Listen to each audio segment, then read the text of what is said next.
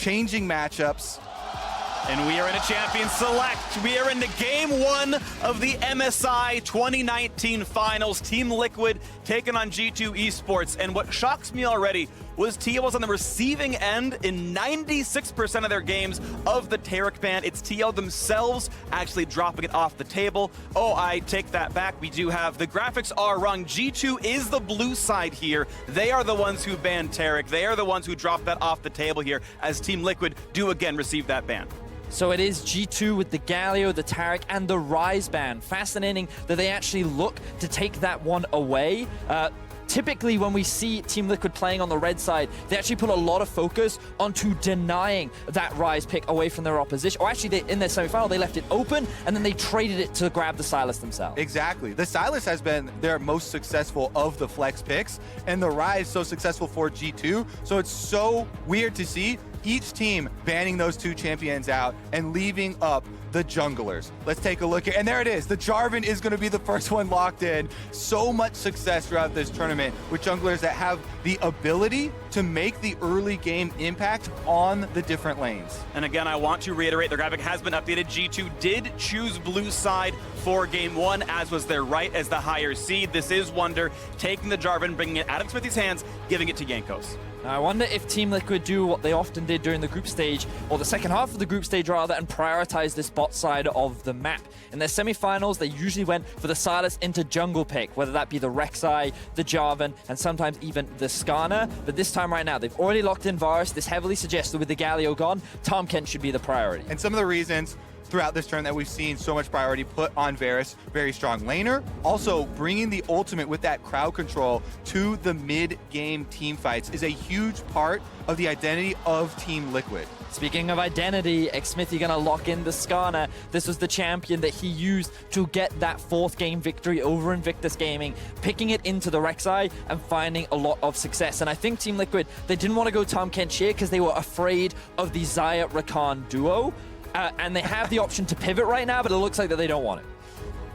Rakan, a very big pick for Mickey X. Looks best when he is on an aggressor, when he can go forward, start the team fights. Perks, of course, really good on the Xayah alongside it. As a player, back when he was a mid laner, would still play Xayah and get funneled on it. Certainly a lot of expertise in this champion. This is a premier bottom lane for G2. Yeah, definitely a huge second round couple of power picks here for G2. Mickey X, some of the biggest moments for this player have been on the flashy champions that can create those engages, start those skirmishes, catch people off guard.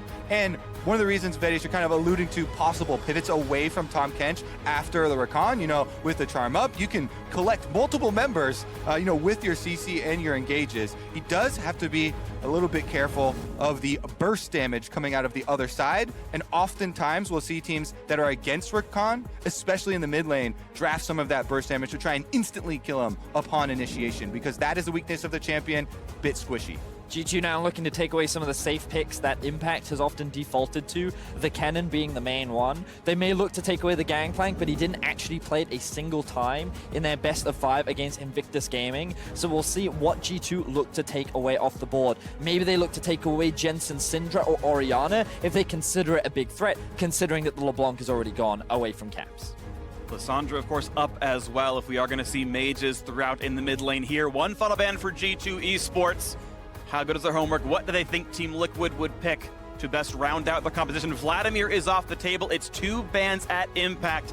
Typically plays long-range, safe laners who don't need help, can get away from the 1v2s and then flank in the team fights. The Kennen, the Vladimir, and the Nico, all prime picks for him, are gone. Exactly. Those big AoE abilities for team fights have been the common thread in Impact's picks. So very good, I think, couple of last bans there on the side of G2 to try and take that away. But he goes right back to where he started. In the group stage, Impact, the single best performing player of Team Liquid.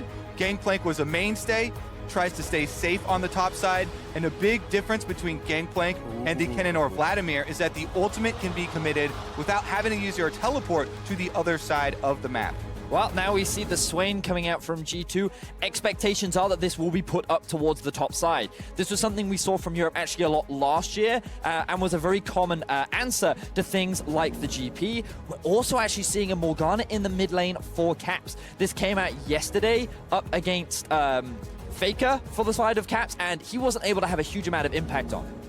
And now it means that you get the counter pick possibility here for Jensen in the mid lane. Team Liquid credited him with the reason for their win over IG was camp rookie, get Jensen ahead. He's a good player. He can carry us through. That strategy did work. And now Orianna, I would say Jensen's #1 signature pick is here in game 1 of the final. And with these last 2 lock-ins of the mid laners, I don't expect as much camp towards the mid lane. Morgana Black Shield, the reason for this last pick here from G2. Such a good defense against Skarner.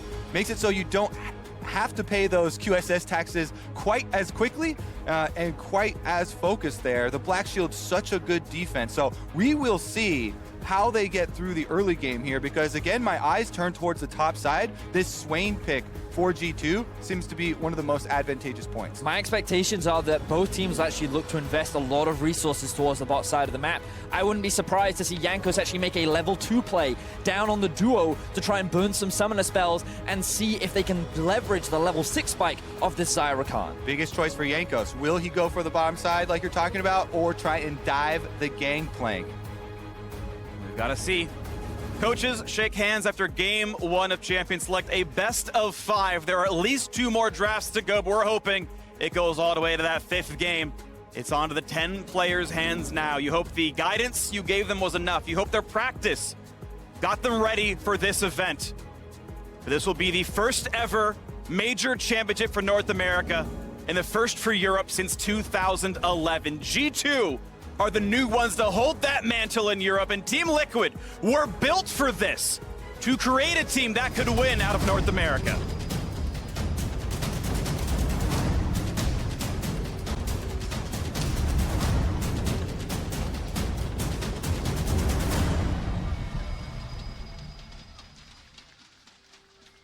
And we are on to the Rift, that headless trophy in that top lane. That head will be replaced at the conclusion of this series with one of those icons. G2 or Tia will be immortalized in Summoner's Rift itself for winning MSI 2019.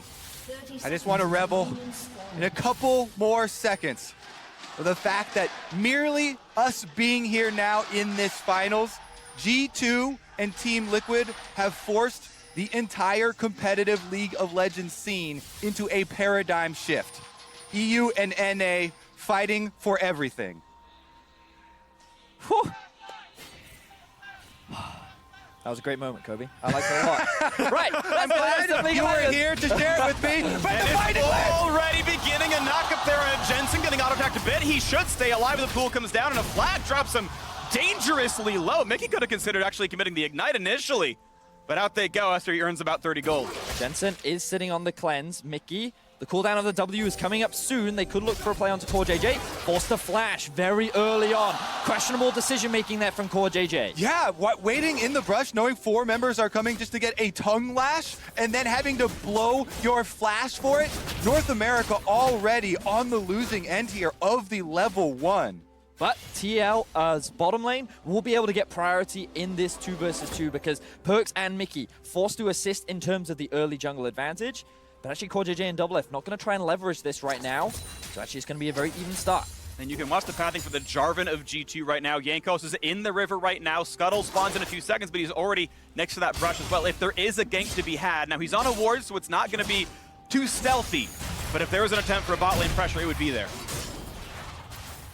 Meanwhile, Xmithy clears off the red buff and the Raptor camp before heading into the top side scuttle. They will trade after the vision's been given over. Looks like Jankos is headed towards the Scuttle Crab to try and contest it. His mid lane is pushed. Xmithy does not have the support of his lanes. He has the damage though, and with it being stunned, Smite will do bonus damage, gets it out before his opposing jungler can show up. And Smithy is currently up a camp right now as Wonder. grabs the 3 gold off the top, couple of 3 health, and we see the top lane was pushed in as the expectation is for this matchup. Yeah, that is the exchange of going for the possibility of an early gank. Look, just trying to get down to the Skullcraft first there for Jankos, whereas Xmithie immediately on Skarner. You can annihilate those AoE camps even early on. Now, what you'll notice is that Wonder running the Grasp of the Undying rather than the typical Klepto that we often see for Swain picks. One of the reasons for that is because something we've talked a lot about is how Impact likes to play safe, and on the Gangplank, it can be difficult to necessarily pick up those Klepto procs. So going for more of the sustain route and going much more for the, I'm just going to trade back with you every now and then, you try and hit me with your Q, well, fun fact, I'm going to hit you with mine. And you can see how every single time, Wonder's coming out ahead in the trade. Nice stun on a core JJ, dropped down about half HP, puts up the shield, but still chunked down about 250 as Guardian pops down as well. Good trading out of the G2 duo. Yeah, and good focus there. You want to continue to attack the Tahm Kench. There's no flash on core JJ, as well as whittling down the health bar. If you can get through the potions, then you can do so much work pressuring and forcing them to lose CS. Control Ward goes down for Xmithie in order to clear out some of the G2 vision. But because the bottom lane for G2 was able to push there, they also get the Scryer's Bloom plant and information on the enemy jungler's whereabouts. Yeah, thanks to the pressure that G2's bot lane is applying, G2 actually have pressure in all 3 lanes right now. The Morgana has consistently pushed up in this 1 versus 1. It's very difficult for many mages to trade against the Morg because you see this Tormented Soil, it goes down, it forces the push, and the Black Shield means that you're often going to lose out on these small trades in the lane. Plus the fact that the level 1 forced Jensen 2 corrupting potion charges very early on, took 90% of his health bar in damage off the invade from G2. Currently, we're having a look bottom from Jankos in that Fog of War right now. And using that brush right there, so if there is a play to be had, it could be a knockup on a double. You can see Core JJ playing towards the back. The slowest there, the knockup, they're gonna find one! And they're burning down Core JJ! First blood for G2 in the final! Xmithie has to run for the hills as TP comes in from an extra member. There is no extra kill to be had as Caps looks for a bind, finds damage on a double. If he's still taking the shots, under the turret they go, forcing the flash. What a play out of G2. Still, G2 focusing on that weakness that they opened up in the level 1, attacking Core JJ, no flash on the Tahm Kench, first blood for G2. Here we see the setup. Jankos comes in from the lane. Doublelift and Core JJ expected there to be presence in the river, which is why they were bringing Xmithie down. And notice how they completely ignore Doublelift and focus the flash, the support you were just saying at Kobe. G2 wanted to leverage where they already had an advantage, and they secure themselves first blood. Then Caps walking up past the minions here as Doublelift tries to throw out the arrow, gets the flash off of the AD carry as well. Now, great play out of G2 as we have Jankos coming down as well, and he knows there's no ward on him as Doublelift is very low on health, and Xmithie walks by a ward for this counter gank. This is a known 3-on-3. Now, do they have the damage output? Can Core JJ save the target?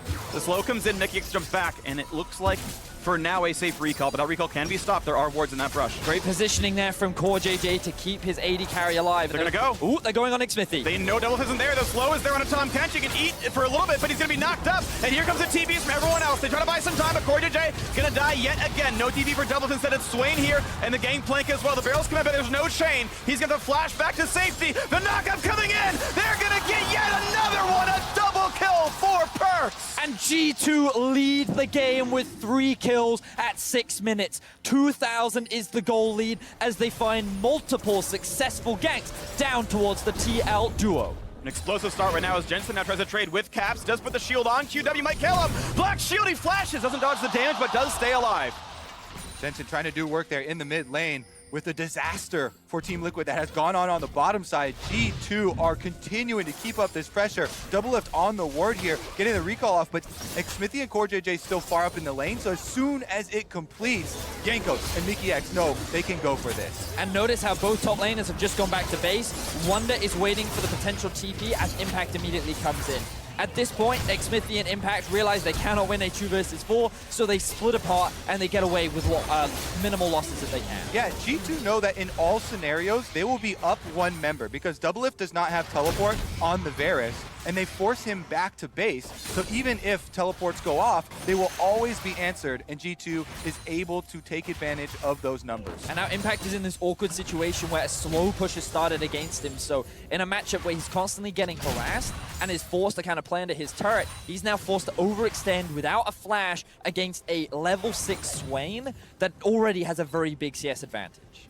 GT right now smashing this early game, 1,500 gold up, watching the trades now on the bottom side yet again. It is a farm lead for the TL side of things, but 2 kills obviously means a lot more on Perks, and we now have the attempt towards top lane. A slow, now comes the cage on top without flash. No easy way out for Impact, trying to run, not rooted just yet, but here comes the Swain ultimate, and they might just have the damage. Oh, he's running for dear life, the flash, as soon as it's able, he gets it. Wonder knocks down the 4th kill of the game. Yanko staying on the warpath here because of the bottom lane shenanigans. No flash on Impact, and he immediately goes to attack it. You pointed out the wave in a very bad spot, pushing away from him. Gangplank with no flash is taken down. This is exactly what we talked about, Kobe, and Jankos reads it too. He finds himself his 4th kill of the game, 100% kill participation, and coming into this series, you were talking about it, Kobe. We keep our eyes on the junglers, and so far, Jankos is the one that's getting this early lead for G2. A lot of this all built out of at level 1. The flashless Core JJ was targeted. The bot lane pressure has been great as G2 can find ways to win through every single one of these lanes. Caps very frequently selfless in his ability to roam down or TP down to the other sides and get those kills coming through. Yeah, G2 have been one of the best teams at identifying just one weakness and forcing that weakness into a cascading effect of advantages for their entire map. Right now, so much, pretty much everywhere except for mid lane is going extremely well for them. And this is something that Deficio was saying on the desk, where Caps is a player that is more than happy to sacrifice his own resources to better enable the team. And he's an individual that, on Morgana, can just offer a lot of utility. He's not there to be the damage dealer. He's there to provide a black shield, provide the CC from his binding and his ult, and then allow players like Perks, like Wonder, to be the big threats as we move into the mid game. And of course, good thing for that is both Wonder and Perks are the gold leaders of the game above everyone else on the Rift. Now a fight towards bottom side yet again. Yanko still here to counter gank, and Predator will be nothing. Yeah, first Predator cooldown there for Smithy, used to get in position. Jankos is the level ahead, and so him going down bottom side for the counter gank as well means there's no fight opportunity. Well, they find the ult on a Perks, though. Good damage. Now the ult on top. Looking for the dive underneath the turret. His Gangplank can't be turned around. 5-0 to G2. Doublelift looks like that he's in a position to punish Perks. He throws out the ultimate and they think, hey, we can go for this. But Mickey says, no, you will not touch my AD carry. Immediately flash ulties on top of Doublelift and forces him to collapse. And whenever a team has this much control over bottom side of the map, means Dragon is theirs for the taking. Smithy's full health, and he wants to contest it. Doublelift, as you can see on the mini-map, though, is so far away, they won't have the numbers to do it.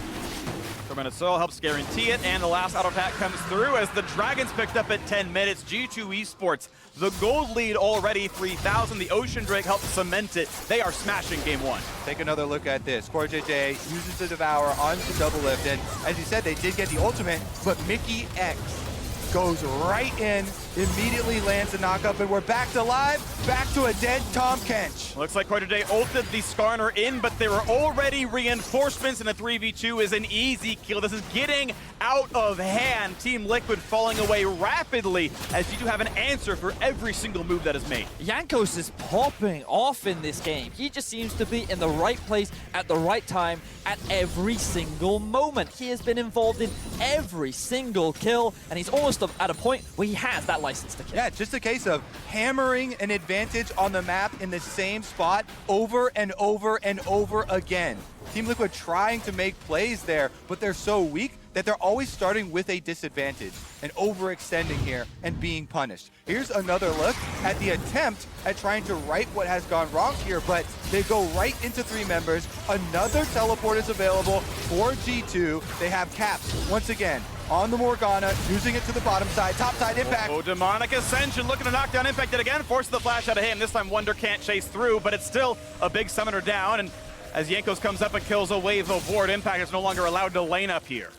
Really good play there from Impact. Is the same thing that he does before, where he utilizes the slow to then flash around the long wall up towards top side and create a big enough gap that allows him to get away from Wonder. The other thing that I wanted to highlight that G2 has been doing extremely well so far this game is, if we have a quick look at the minimap, you'll notice towards the bottom side, they've actually managed to maintain such excellent vision control, which is why they've been able to come out on top of every single play that has happened. Every time Smithy tries to claw something back for the TL duo, it is there for a counter gank from Jankos in this area of Dark. Ooh, an attempted fight almost comes through, but Jankos gets into the fog of war just in time. But Impact still chasing out of this one. Has the flash, though. Jankos could get away, and there will not be a fight to be had. They're going to try to babysit this relic here to hope that the Rift Herald is not picked up then by G2, but they've got to wait around a while for this one. Jensen and the duo of Doublelift and CoreJJ have been brought up towards the mid lane, which means that Caps has now moved down towards bot. He doesn't have the teleport, but he's just picking up plates, making up for the small disadvantage that he finds himself in. But of course,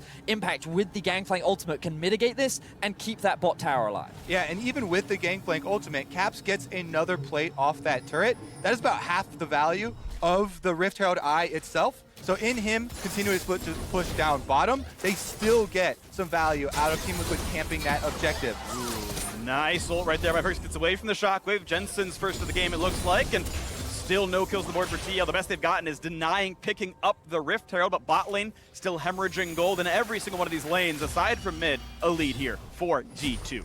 Now, one of the big things for Team Liquid in their series against IG was that in the early game, they would actually match Invictus Gaming in a lot of these early skirmishes, and they actually found themselves in a decent gold lead very early on into the game. It was often in the mid game when IG looked to play around Baron, where they looked to falter, and then they relied on their late game team fighting. The core difference here is that every time TL has tried to match, they failed. They haven't been able to pick up any kills. They haven't been able to trade anywhere else on the map. And right now for Team Liquid, it feels like that they're losing just across the board.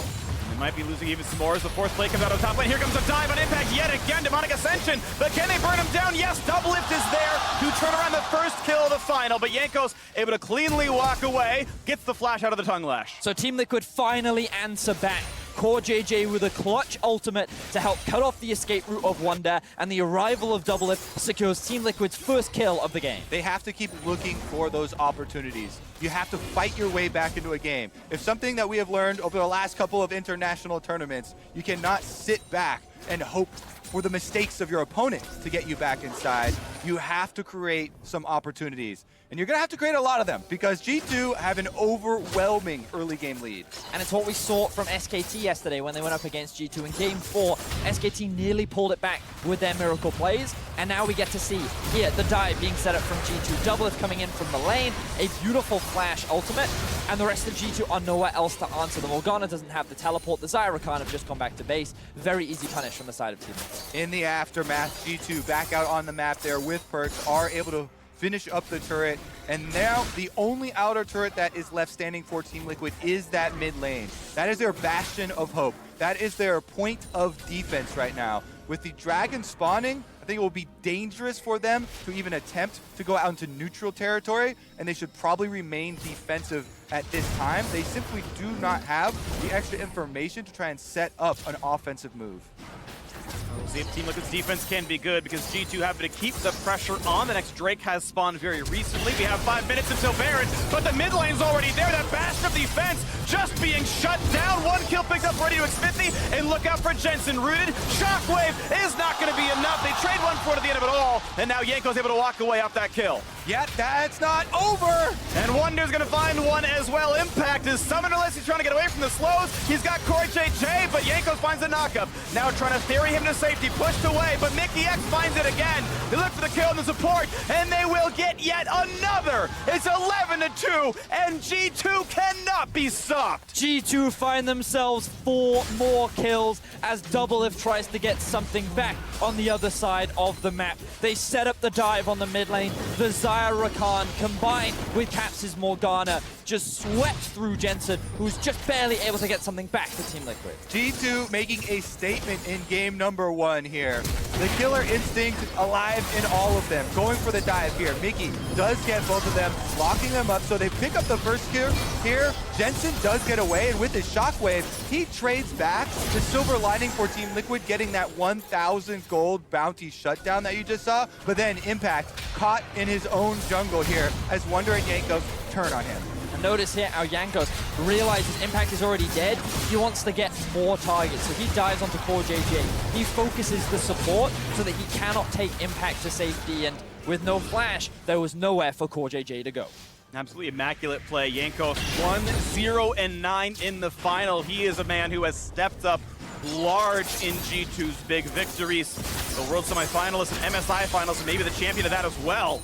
As a smite goes Xfinithy's way, but the jungle being pulled apart, the gold lead still massive here. Despite that shutdown, it's actually grown. It's 7K now. As we saw earlier, G2, their biggest early game lead we have seen so far at MSI, and they are far and away the better team in game 1. Things are looking very good for G2 in this first game of the best of 5. Still a long series to go, but they still have to be able to close it out. And remember that Team Liquid, they found some very big comebacks up against Invictus Gaming by punishing the small mistakes. And while they are at a big deficit, if they can find a good Baron, if they can get another big shutdown onto G2, then maybe they have windows back. Note that the Orianna already with the Luden's Echo completed and the Nullifying Call. Yeah, you want to check the inventories for both stopwatches as well as QSSs at this point. Because one of the possible ways to find a pick, of course, is that Skarner ultimate. You're going to have to watch out for the Morgana positioning, though.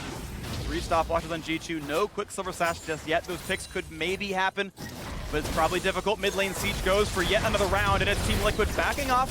A little bit of wave clear, but they will submit, and they will knock down one. Now here comes the engagement again. MickeyX finding several charms. The dunk comes in, but Koichite brings Skarner to safety. Wonder coming in with the Demonic Ascension, has a lot of damage available. Explodes it for one, almost knocks down Xmithie. No death just yet. Impact's had to run away, slowed down now by Cat. Fine's gonna come in. Shockwave finds a bit of damage, but no kills just yet. It's 2 for G2 and make it a third. They will not be stopped. They push through to the mid lane, and the 2-2 turret will fall. Xmithie just barely getting the recall away, but this is G2 pushing into the inhibitor turrets. G2 ripped through Team Liquid in game 1. Only 18.5 minutes, and they find themselves another 3 kills. They expose the base, but they don't want the inhibitor. They just want to walk away with the gold and walk away happy.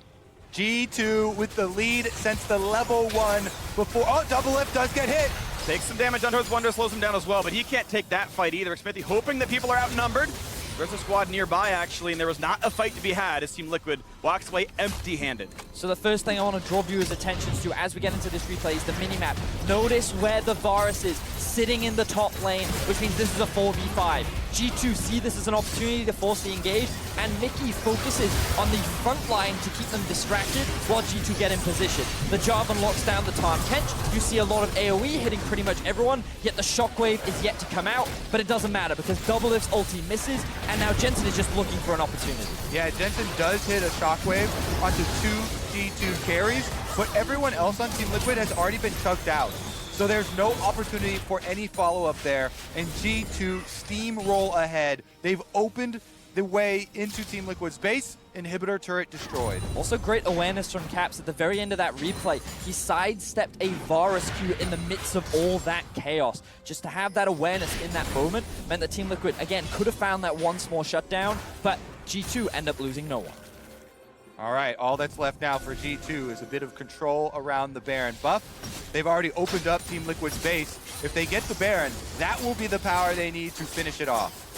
And here's the beginning of it, inside Fog of War, and you can just look at Team Liquid's movements, how far back they are, how reserved they are, and they'll be giving this one away. Team Liquid, oh, the stopwatch is burned, that's capped without one resource. Now Xmithie is coming forward, does not have his flash, no blast cone. It is unstealable, and G2 earned through their map control and team fighting a sub 21-minute Baron. Very clean early game and overall game from the side of G2. They punished the weak point, the flashless core JJ in the bottom side of the map. They then converted that into punishing Impact towards the top side to try and get Wonder ahead. And Yanko Sumi has just been the biggest playmaker of this team.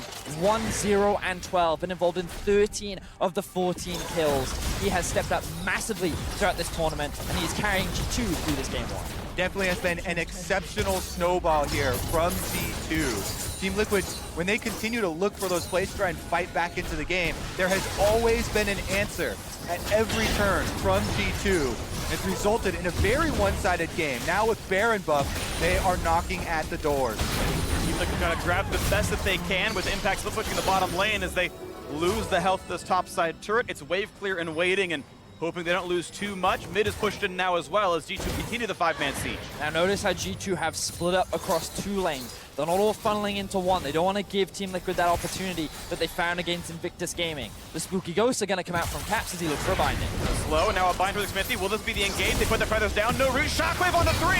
Here comes the engage from Mickey, though. Gets the first knockup. Looks for the backline side. Plenty of damage coming through as Xmithie trying to run away. The turret's going to drop, but no champions just yet. Caps very low, but not dead either. Impact TPing in, and now on the backside, here comes Demon Flare. over, and it's a double kill already. Team Liquid pushed completely off. Double inhibitor gonna fall. The Nexus soon to follow. Baron buff on G2, all 5 members standing, and they are on the Nexus turrets.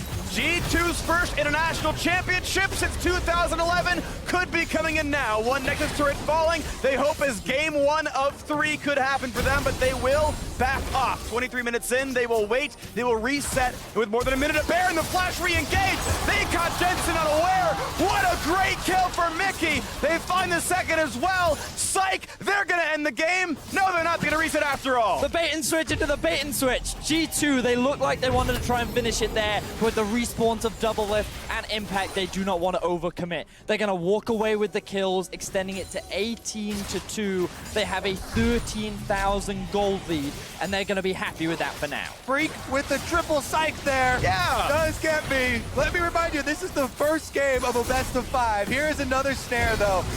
Mickey, every time Jensen goes in with the shockwave and finds it, Mickey answers with the recon, finds the engage for G2. All they needed was a way inside the base to force the fight. And then Wonder, you can see, makes his way past Ed Smithy. This Swain at the center of the team fight, sectioning off all of Team Liquid's members there, finds the 2 kills, destroys the base, and the Baron buff is still active, so G2 can continue the push. And it's the support staff of G2 in this game 1, Mickey and Jankos. I've been giving a lot of praise to Jankos, but you highlighted it there. Mickey on these Rakan engages have been setting up so many great fights and turning around a lot of potential fights that Team Liquid tried to start. And now you can see him on the potential flank, looking for another opportunity as G2 push in towards the bot side of the map with only 8 seconds left on this Baron. Well, that Baron has done plenty. 3,000 gold lead through that buff as double inhibitors are down, and this bottom inhib will drop its turret at the very least. Team Liquid gonna back up. A nice bind. Is this the engage? He's gonna be grabbed by Corey David. Here comes the dunk, and here's the engage by Wonder once again as they look for these kills. A big charm to knock him in the back line. It's already 1 kill. Make it a second as the Team Liquid members are falling fast and furious. G2 Esports in commanding fashion will take game 1 of the 2019 MSI Finals. Europe versus North America, and G2 strikes first. Honestly, a very beautiful game from the side of G2 Esports. The way in which they converted that early lead into such a powerful mid-game. It was just so one-sided. Team Liquid, it felt like that even though they tried to match, they tried so many times to be proactive and do what they did against Invictus Gaming, it just felt like that G2 read the play.